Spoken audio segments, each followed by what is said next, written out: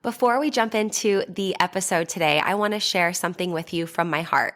First of all, thank you so much for listening to the podcast. I really can't tell you how much your support means to me.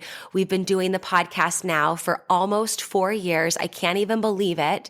And I'm so grateful for each and every single one of you that listens, shares an episode with your friends, sends me a DM or a text message letting me know how an episode resonated with you or any aha moments.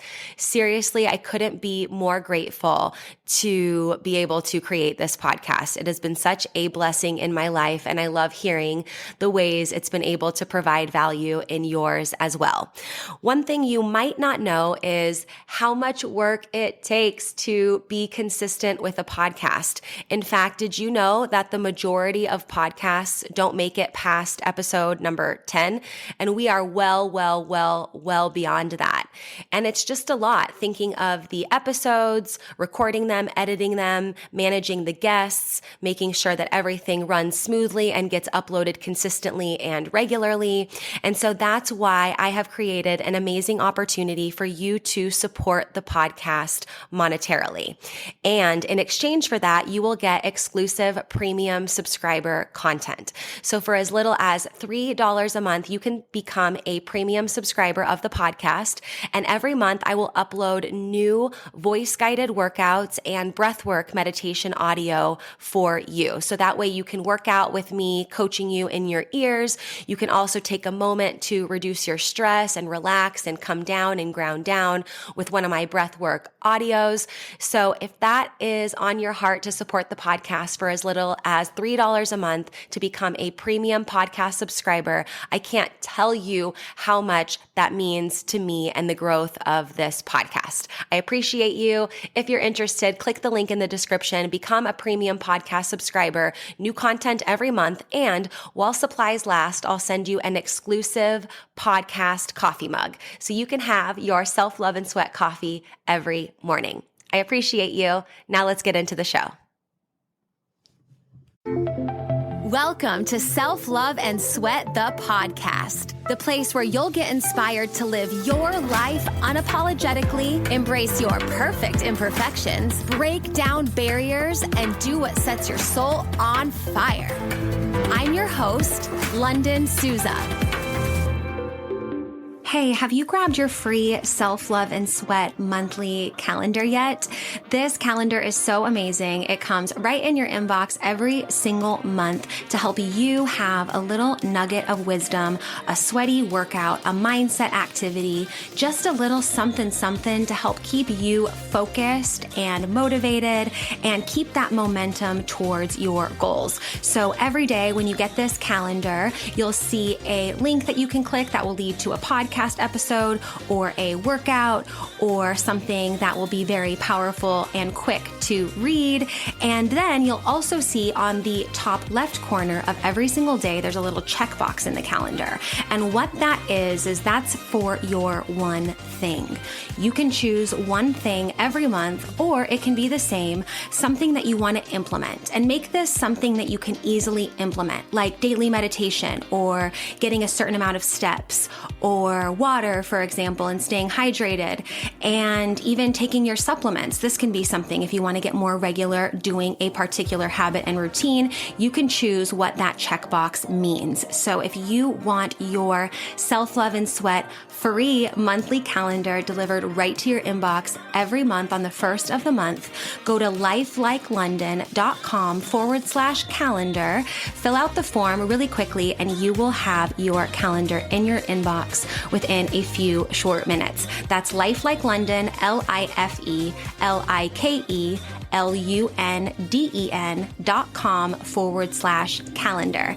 Go get yours for free and enjoy this episode.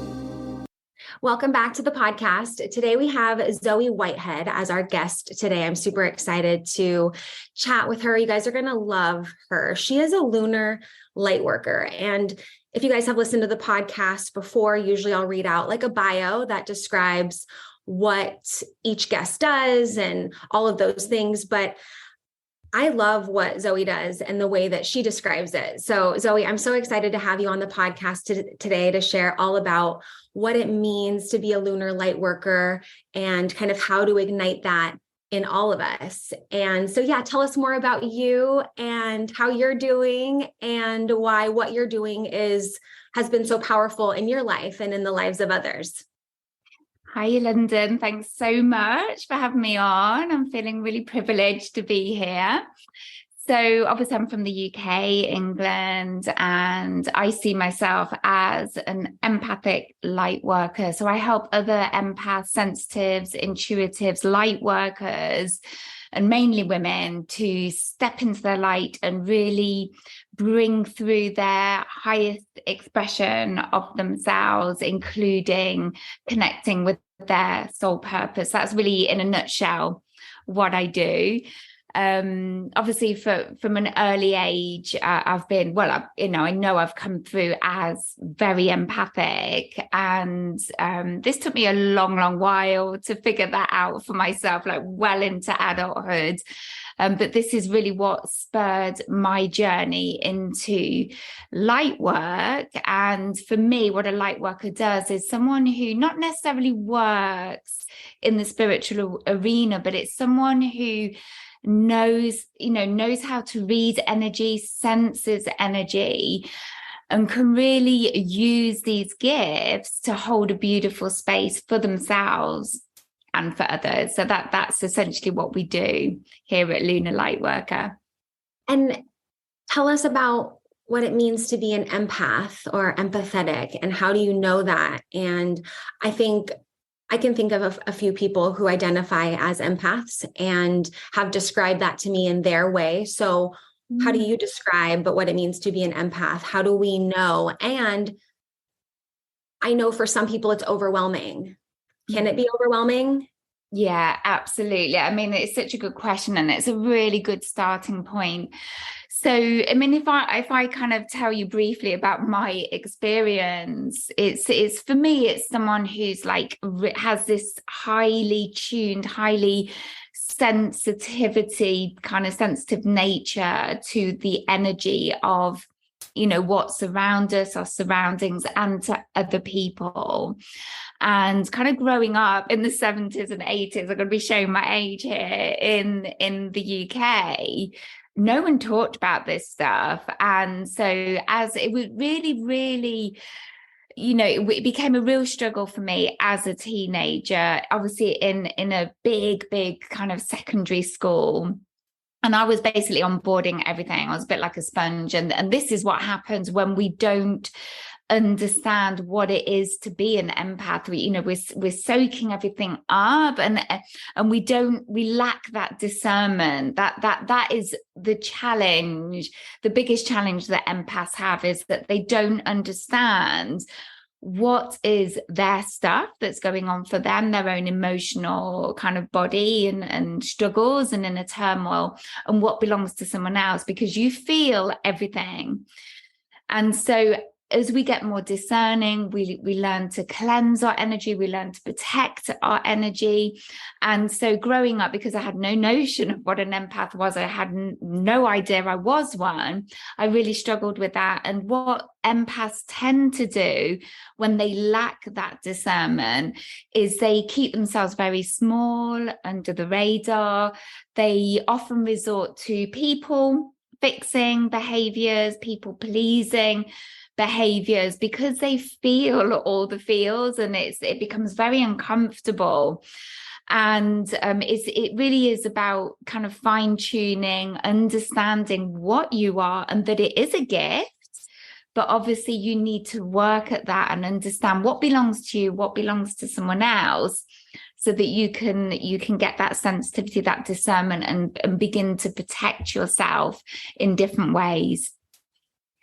I love that you said it was a gift, like basically, utilizing your gift. And I think, being an empath, or maybe other gifts that people might find themselves with, there are, like you said, challenges or areas where you need that discernment to really make the biggest ripple effect, or have your gift make the biggest impact.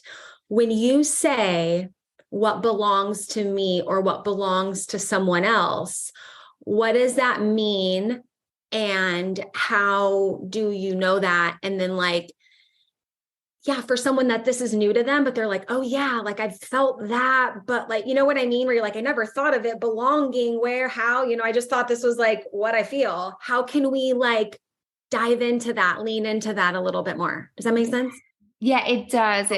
Sometimes I think I'm so far into it that I forget that, for someone who's very new to this and a new term, you kind of forget, don't you, that you have to kind of peel back and go back to, the beginning of it all. But for example, before I knew that I really was an empath, before I'd ever heard of it, and I would be someone who'd be feeling good. I would have had a good day, say, and then I'd go to, I don't know, a shop or a supermarket or something, somewhere busy. And I would just suddenly start feeling really anxious or a little bit angry or a bit frustrated. And this was simply me picking up on what was going on around me. And I know that the empaths out there are going to totally relate to that. So it's that self-awareness, isn't it? This is when you start to think, well, hang on a minute, why am I, and you can't relate that anger, you can't relate that anxiousness or that worry to anything in particular. You just suddenly start feeling it. And that is the life of an empath or a sensitive, or, it's that kind of just onboarding other people's stuff. And that's why we really need to adopt this kind of very pristine, very pure self-awareness, so that we know when we're getting impacted by someone else's stuff, when it doesn't belong to us, and when it does belong to us, and you can start to make those connections for yourself, so that you can start to more easily protect yourself and sort of say, no, I'm not going to take this on, I'm in a good space. I'm just going to protect myself. I'm just going to allow that to run through me and release.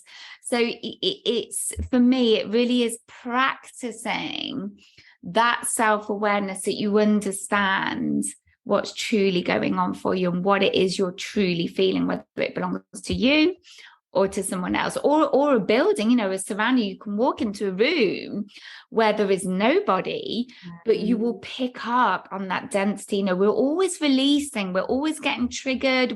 Emotions come out in an energetic form, and they can stick around. They can absolutely stick around. And people that are very sensitive to that will feel that within themselves. Yeah, definitely. I'm glad that you brought that up, like building or structures or things like that, because I lived in Europe for some time too. I know that you're there too. And there's a lot of areas of deep history, right? And so I think, I wasn't thinking of that way. So when you said that, I was like, oh yeah, I can think about that from living in Europe.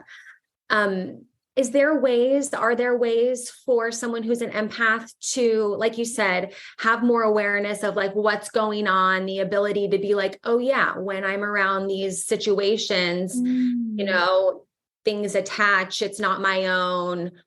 Okay. But are there ways to like proactively protect and then like proactively cleanse or release maybe what's not your own, or even what is your own? Like, what are the nourishing practices, if you will? And sometimes when I think of like mental health and clarity, I think about like cleaning the dryer lint section, where you like clean it out. And it's just like in the dryer, I don't know how the dryers are in the UK, but like in the dryer, it collects like the lint from when you dry your clothes, and you can like pull it out and clean that area so that like more, it cleans the filter pretty much. And I don't know, for some reason, doing that is very satisfying. So I see that work that I do to keep clear mindset and mental health for the life coaching I do and what I do, kind of like that visual is helpful. So how would an empath clean the filter, make sure that they're not being like so susceptible to all the things? And if they are, like, I want to make sure I'm, being empathetic in this, and if they are, how do you like manage that? I know the answer is not to like not go places. So how do you prepare yourself for that energy, and how do you release it? Yeah, that's such a good question. And it's so important because I know a lot of, empaths that I work with that, like you say, they kind of keep themselves away. We do tend to work for ourselves or that is a thing because it's difficult for us, so there's loads of things you can be doing. Recharging for empaths is often in nature by yourself, just taking lots of time out for deep contemplation. All of those things as a general rule, as often as you can, will really help to buoy your energy and keep you quite stable and balanced. I would also be, going within, just go into your inner world, go in within and checking on what it is you're telling yourself. For me, that's been a real game changer. And I'm sure that's the sort of thing that you encourage your clients to do, right? To just, see what it is that you're telling yourself, check in with your inner narratives, your inner dialogues, because even those thoughts will be impacting on your energy and lowering your vibration. Your energy has a frequency or a vibration which lowers when you're being more negative. So those are already two things you can be doing generally to sort of help your energy.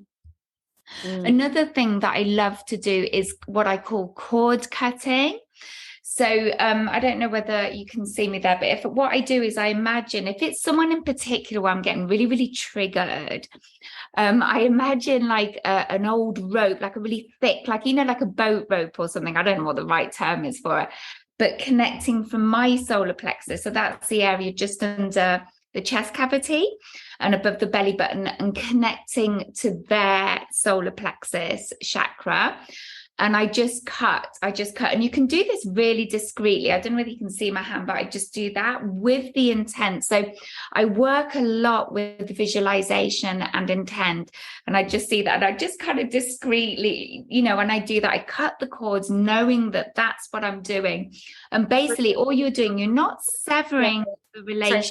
One thing, because I know people are mostly listening. So when Zoe's doing the cut motion, it's like your hand's really flat, like, I don't know, like a machete. And she's like cutting the cord in front of her solar plexus. So in front of that stomach area, not like scissor fingers, but like karate chop hand. Yeah. So that's powerful. That cord. So making that connection there and then voluntarily being like, okay, I'm disconnecting that. Cool. Yeah. Just stuff. I mean, there's loads of stuff like that I use, and like I said, it really feels powerful. So you remember, you're not severing the relationship. You're not going to lose that person. But what it's doing is it's energetically cutting away from them so that you're not getting so triggered. And the more you do this and the more that you really believe in what you're doing, you'll see that the energy between you becomes more balanced. You're not so susceptible to energetic manipulation, because all of these things go on when we're sensitive, when we cannot protect our energy. We're just like a leaf being blown in the wind, right? You're just kind of open to suggestion. You're picking up on things. You're getting triggered left, right, and center. So tools like this are really, really important. Hey, really quick, I want to interrupt the podcast for just a minute to tell you about one of my favorite supplements for hair, skin, nails, digestive, and gut health.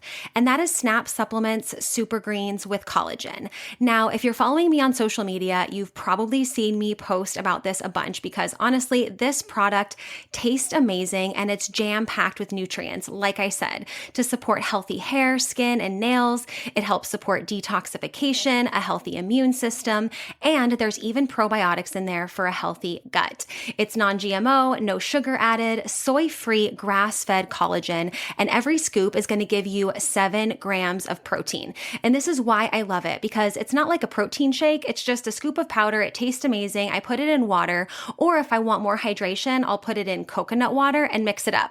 And it's like having a nice, refreshing beverage that's packed with a bunch of super greens and protein. So what I'm super excited about is that for listening to the podcast, you'll get this discount here, nowhere else, but for listening to the podcast. You can save 25% off on all your Snap supplement purchases, including the super greens with collagen. And you do that by using code LONDON25 at checkout.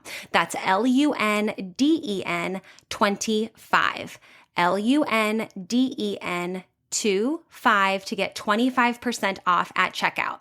You can shop on snapsupplements.com, or you can shop on my website, lifelikelondon.com/supplements. And you'll see there's already an additional 10% taken off. But you, because you're a podcast listener, you're going to get 25% off when you use the code London25 at checkout. LUNDEN 25 at checkout to get your Snap Supplements, Super Greens, and Collagen, and all your Snap supplements for 25% off. Now, let's get back to the show. One last thing. So maybe, London, you might be better at kind of explaining what I'm doing, but I just push my energy. I know that I have an energy field and I push it out. So I'm just literally pushing my hands away from the body. So it's almost like I'm creating a shield of protection, and I feel protected when I do that. And it's making your space bigger and more expansive. You just do that. Take that time to do that before you go out, and know that bubble that you've created of energy around you and your energy being more expansive will really help to protect you when you go to places like supermarkets or whatever. Maybe you work in a stressful environment. So even just using the cord cutting and the bubble, the shield of protection will really help to protect your energy and keep you balanced and not so susceptible to all the stuff that goes on. Yes. And I love the intentionality with that, right? And the visual interpretation of what you're doing with your hands. And I remember my mom, she is a hairstylist, and she's been a hairstylist since she was 19. So a really long time. And she always would be like, I put my greased Teflon pan on. That's what she would say. So that way when people, because, you tell your hairstylist a lot, people come in with a lot of their stuff, plus you have your stuff. And she said she would just visualize it like coming, but then sliding off because like the pan was greased on her like outer. So for her, that visual was really helpful. And that made me think of it when you were kind of creating that safe, intentional bubble. With the cord cutting, that reminds me of the Ho'oponopono forgiveness meditation. My life coach that I've been working with for a while, he introduced that to me. And I think it's wonderful for those of you listening. If you don't know what that is, I'll link it in the show notes. But Ho'oponopono forgiveness meditation. It's a very short meditation where you kind of what you mentioned, and you imagine these connections and you let the cord cut and let it drop away. So that way it's not like you said, it's not like I hate you or you're like, get out of my life. It's actually like, I love you. I can't remember. I've done this a bunch, and sometimes I say it to myself, so I don't know if I'm saying it perfect, but it's like, I love you. Please forgive me. Thank you. I'm sorry.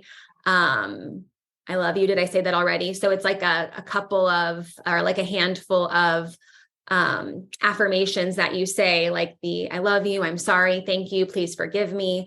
And then you imagine this cord cutting. So it's actually like with love. It's like with love, I'm better when I'm not attached to all this. So are you, right? When I'm thinking of the people there. So that reminds me a lot of the Ho'oponopono meditation. And then the last thing I wrote down here, because I was telling Zoe before, I'm in school when I'm having cool conversations with my guests because I'm learning a ton. So I'm taking notes and looking down at them. And I wrote NLP anchors. So an NLP, which is what I use with my one-on-one life coaching clients, we develop these anchors. We identify the ones we already have in terms of like emotional anchors or whatever. And we also use anchors, so kinesthetic movement coupled with feeling and intention to generate something new, like a new pathway, create a new detour, especially in feelings of discomfort or where we want to remind ourselves of how we want to be. Creating anchors is helpful. So I like that. And of course, I tell my clients, you can pick whatever you want as your anchor, like in terms of the champion state you want to anchor in with the movement. They can do whatever they want. You could do a party dance, and it's sometimes helpful to have something discreet that you can do anywhere. So sometimes it's like the hand over the heart, or I like that hand machete movement kind of in front to remind you to like cut the cord. So I think it's really cool to be able to have those physical, quick movements that really mean something for you, that you really practice. And like, right, it's like a tool, it's like a workout, right? Like bicep curls for your mind. You have to keep doing that and making it mean that. So then it keeps meaning that in a more amplified way. So I love those quick and easy. In fact, I might use this from now moving forward, because I like those tools that just like quickly remind you what direction you're going in a fast, loving way that we get to use like our brain and body and these systems in a way that we can kind of realize is a little bit malleable when there's a little bit of intention behind that. So I know I said a lot there, but a lot came up in terms of kind of the work that I do and what you're sharing. And so I just think, it's so beautiful. Lunar Light Worker is in, or I guess I want to ask this question first, actually, because I thought about this when we were jumping on. I interviewed a shadow worker like a couple weeks ago. She's awesome. I really liked our conversation. What's the difference between light worker, shadow work? Is there a difference? Is it just a different way of looking at it? Is it the yin and the yang? What do you say? Yeah, absolutely. It's that balance. So it's the two parts of us. Well, I mean, obviously we've got many aspects, but for me, we have our shadow aspects, and it's often the parts of us that we like to keep hidden. It's like, ooh, don't want to show that. And we all have those parts, don't we? The aspects of ourselves that we find challenging, where we're at our most raw and our most vulnerable. And, these are parts of us, as well as, the beautiful, like the light parts. I mean, and they're both beautiful, but they come together to make that whole part of us. Without one would not exist without the other. They're meant to coexist. And what we find most challenging, and we all have, what I call core wounds, which for me is another word for shadow aspects. We all have it. And basically what we're doing is, over time, through our lifetime, if not lifetimes, we're chipping away at these shadow aspects. But the shadow aspects for me are necessary for us to grow. It's through chipping away at them. It's from them rising into our consciousness, into our reality, that makes us, look at them so that we can sort of release them a little bit more and move forwards. And, by the more we chip away at these core aspects of ourselves, because these are the things that hold us back. These are the fears and the lack of confidence and all of these things, all of these challenges hold us back. But the more we chip away at them, and it might take a lifetime, if not more, to unravel a lot of these. But the more we manage to navigate them and dance with them and accept them as part of ourselves and love them, the more we start to discover our soul self. For me, that's how it works. And we step more into our soul purpose and what we're meant to be doing. And so, we need both, and we have both, and we all have them, obviously. So, for me, it's the light and the dark, the shadow and the light. It makes up our beautiful, messy selves, doesn't it? So yeah.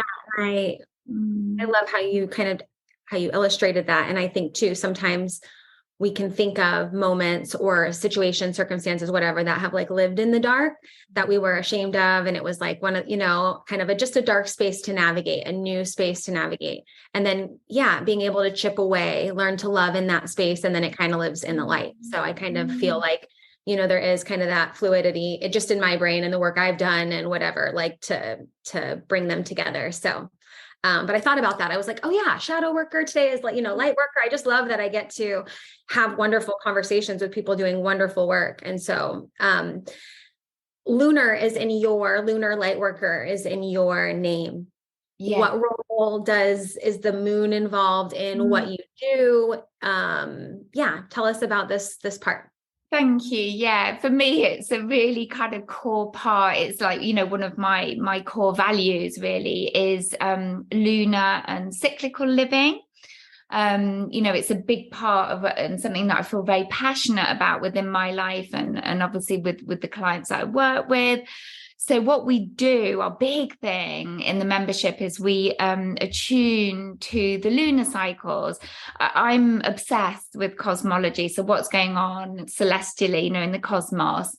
And for me, the lunar cycle is one of the biggest influences. I mean, she's always there, obviously, and always influencing us. And once we learn to really align with her and flow with her, we start to harness this it's a really potent energy, and we start to harness it. And I think we were talking about it, weren't we, a few weeks back, London, weren't we, how we can really get clarity over what it is we want to bring into our lives, clarity over what it is we need to release.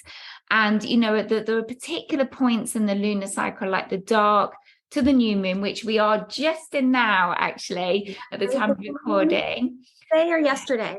Yeah. So we really feel our shadow aspects in that dark moon phase. We're coming into the new moon. Obviously, we're in that phase now. And at the new moon phase, that's when we set our intention. So it's just beautiful for manifesting. You take time to go within and just maybe do a little ritual over it.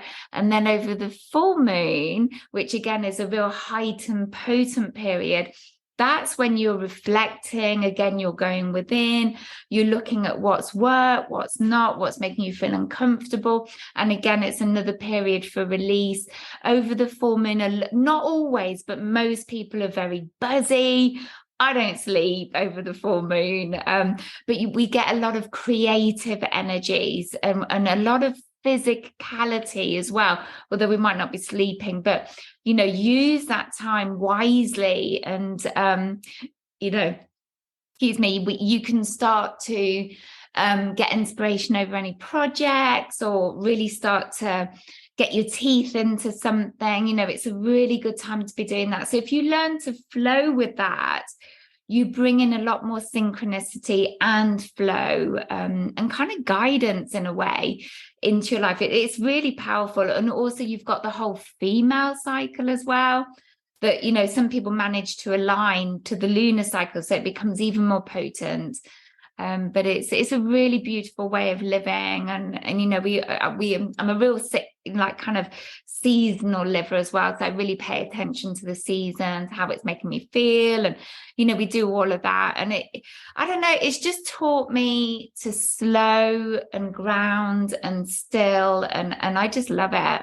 I really love it. It's been a real game changer for me to really attune to these natural cycles. Mm-hmm.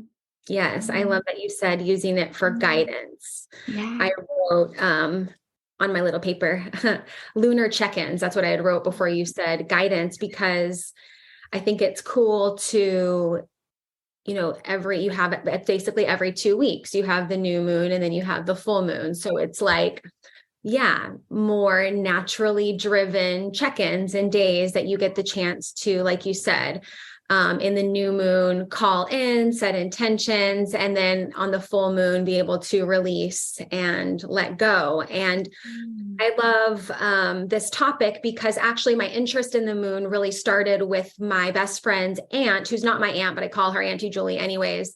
And she loves the full moon because she has like a lot of telescopes and stuff she inherited from her dad who passed away. So we'd set up shop and look at the moon and all these things. And so it was just more like a fun thing we did when we hung out, and just became like a ritual. And I'm like, oh, Auntie Julie, it's the full moon. I'm coming over if I happen to be in town, whatever. So then as I started learning more about going on a quest of healing my hormones and working out with my hormones, and started getting into a practice of full moon and new moon in a way that was really healing, but also satisfied my brain of being every 2 weeks, full moon check-in, new moon check-in. I liked that feeling and flow. So I started bringing in to our meetups, I would start writing things down and I'd read it to her, and maybe she would set an intention to, sometimes not, whatever. I just started making that kind of part of our routine and ritual.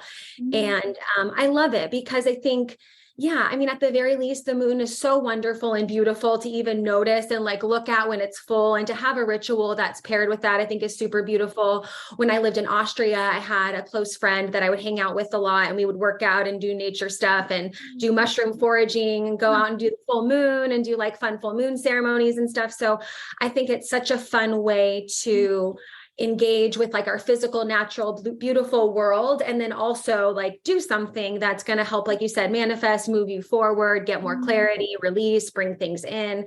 And I found some cool resources just, through YouTube and online of videos I'll watch for new moon or full moon. And I think it's just a very fun, grounding check-in process. And so I've also, learned my cycle. I track. I'm a very big advocate of tracking your cycle.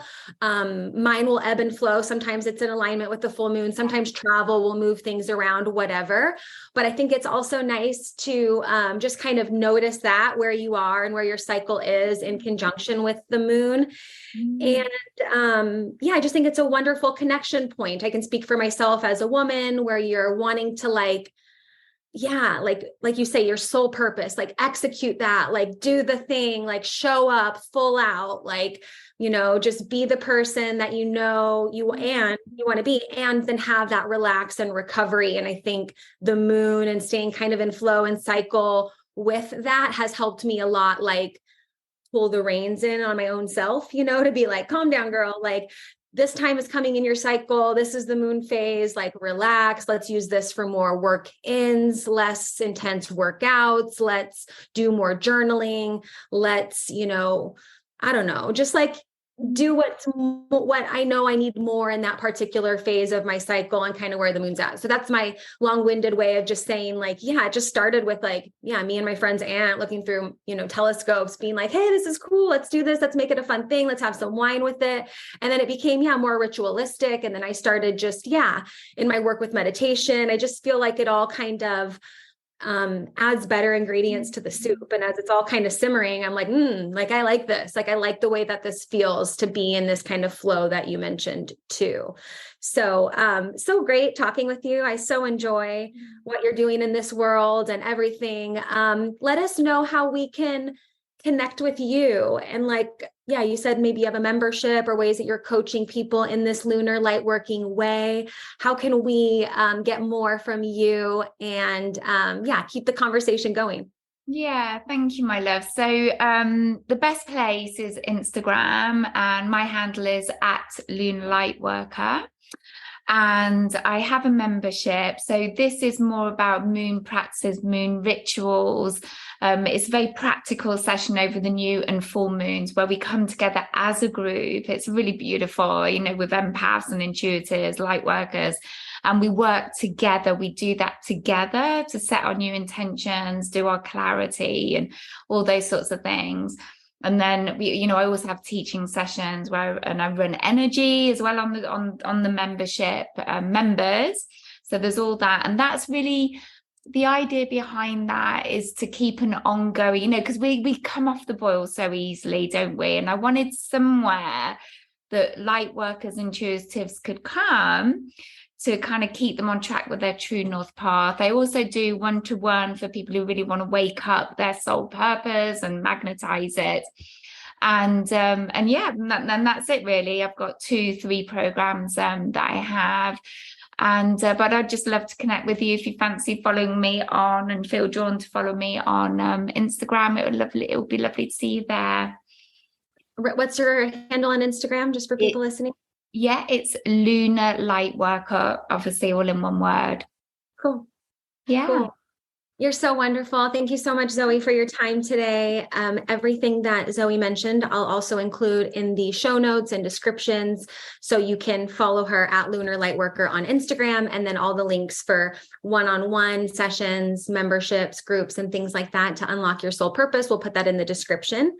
And I feel like we could talk for hours and days about more things. So I would love to have you back, and we'll see how our schedules align and work. But thank you so much for your time. And thank you everybody for listening.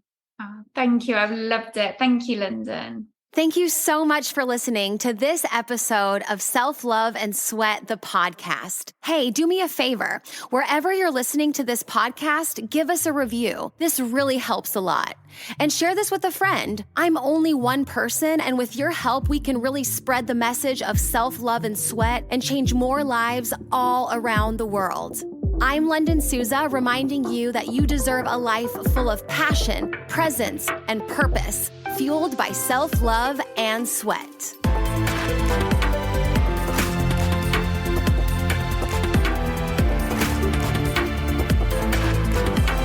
This podcast is a Hit Spot Austria production.